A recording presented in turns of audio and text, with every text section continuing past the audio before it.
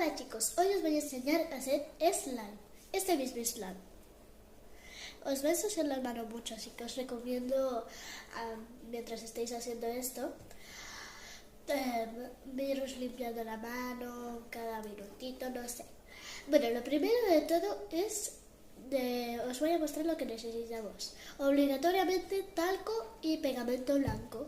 Si quieres pintarlo, le echas esta pinturita. Es que me pica un pelo, pero no me quiero quitar el filtro para que no me veáis picar. Entonces chicos, lo primero de todo es el talquito. Yo voy a hacer el slime enano.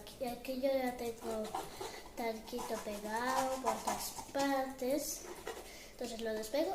Y después de esto se necesitaría un poquito de pegamento. Lo echaremos. Y después de eso hay que remover con la mano. Y si quieres durar media hora, yo que sé por qué, lo haces con... ¿cómo se dice? Con cuchara. Entonces chicos, lo voy a parar porque me voy a tardar media hora, obviamente.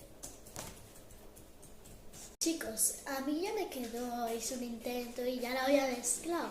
Pero si querías echarle pintura, le echabas pintura. Y así quedó. A ver, obviamente lo hice más grande porque tenía 1000 intentos que no me dejaba YouTube hacerlo.